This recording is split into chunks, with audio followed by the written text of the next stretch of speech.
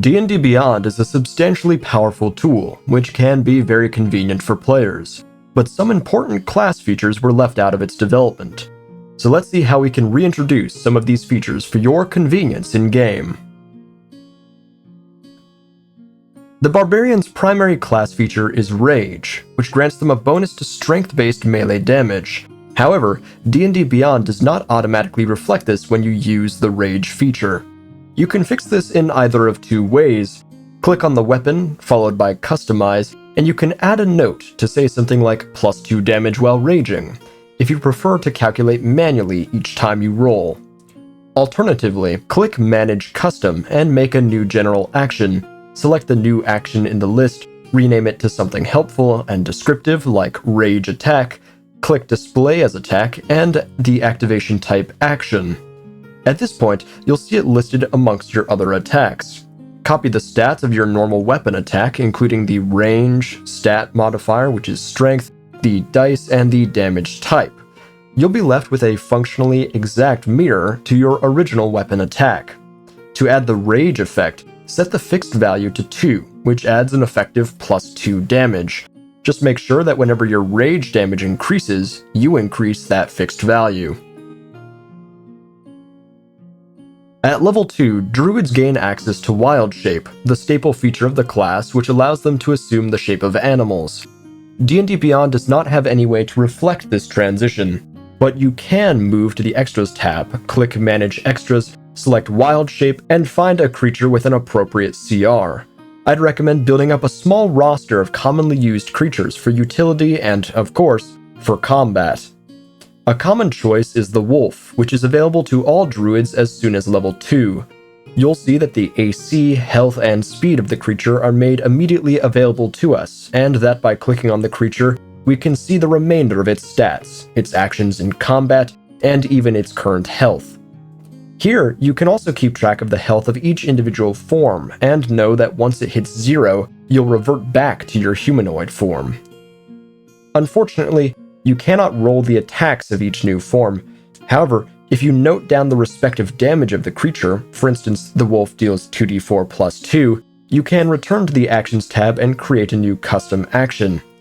Rename it something appropriate like Wolf Bite, select Display as Attack and the activation type as Action. Then put in the relevant dice with a fixed value of 2. Custom attacks sadly have no way to control the hit bonus of an attack, and because it's based on the statistics of the creature and not of your character, you can't really replace it with anything. You can, however, write a small description, something like +4 to hit. That way, you can just click on the attack to see what you would need to add to a d20, which you can roll in the bottom left as you would normally. At level 2, Paladins truly become God's righteous man when they learn to use Divine Smite, a feature that lets them burn a spell slot when an attack hits to deal an extra 2d8 radiant damage. But there's no way to use this feature by default. It's actually almost hidden from players in the Other section of the Actions tab. Move to the Actions tab under All and create a new custom action named Divine Smite, followed by clicking Display as Attack.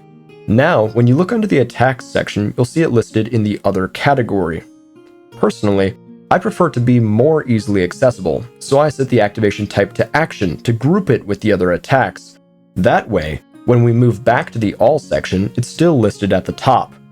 Just remember that it doesn't take an action to use Divine Smite. It's a feature available to you after you have already made an attack. This all aside, select a set of 2d8s for the damage roll and set the damage type to Radiant, and make a note somewhere that it consumes a level 1 spell slot on use. So in combat, you'd make your attack roll as normal, roll normal melee weapon damage, followed by the Divine Smite damage. Then you'd move to the Spells tab and check off a first level spell slot. Both the Ranger and Warlock get access to spells which increase the damage of their basic attacks. These are Hunter's Mark and Hex, respectively. Unlike the previous features in this video, these spells are already listed and have ways to roll their damage by default. However, clicking back and forth between the Spells and Actions tab can get tedious, especially as the number of attacks you make increases. Consider making a custom action called Hex Damage, set to display as an attack with the damage set as 1d6 necrotic. That way, when you reach level 5 and beyond, you can make the damage rolls a little more convenient for yourself. Just remember to mark off the spell slot when you use Hex the first time. The defining feature of rogues in combat is their ability to deal sneak attack damage. This feature is available by default in D&D Beyond. However, to access it, you have to click the attack section of the Actions tab, where it will be listed under the Other category. I find that this is a little out of the way for a feature that ideally I would want to make use of every turn. Sadly, there is no way to move the feature to somewhere more visible by default, but we can recreate it as a custom action. Select Manage Custom, followed by creating a new action with the name Sneak Attack. You can set it to display as an attack with the activation type action to put it at the front of your character sheet, and then just set the damage as 1d6 and it will be available for your use. Just remember to increase the damage by 1d6 every 2 levels to reflect the increase in your sneak attack damage. That covers all the features of classes that I wanted to talk about, but I will briefly touch on a set of feats that are common picks for martial characters. Let's say you reach level 4 and decide to take a feat like Great Weapon Master or Sharpshooter. Among their benefits is a small section that states you can take a -5 penalty to attack rolls to receive a +10 bonus to the damage of the weapon on a hit. To simulate this effect, you can click on your weapon of choice and give it the relevant custom hit bonus and damage bonus like so. But maybe, for whatever reason, you don't always want to roll with this feature activated. If that is you, move to the Inventory tab and under Equipment add another version of your weapon.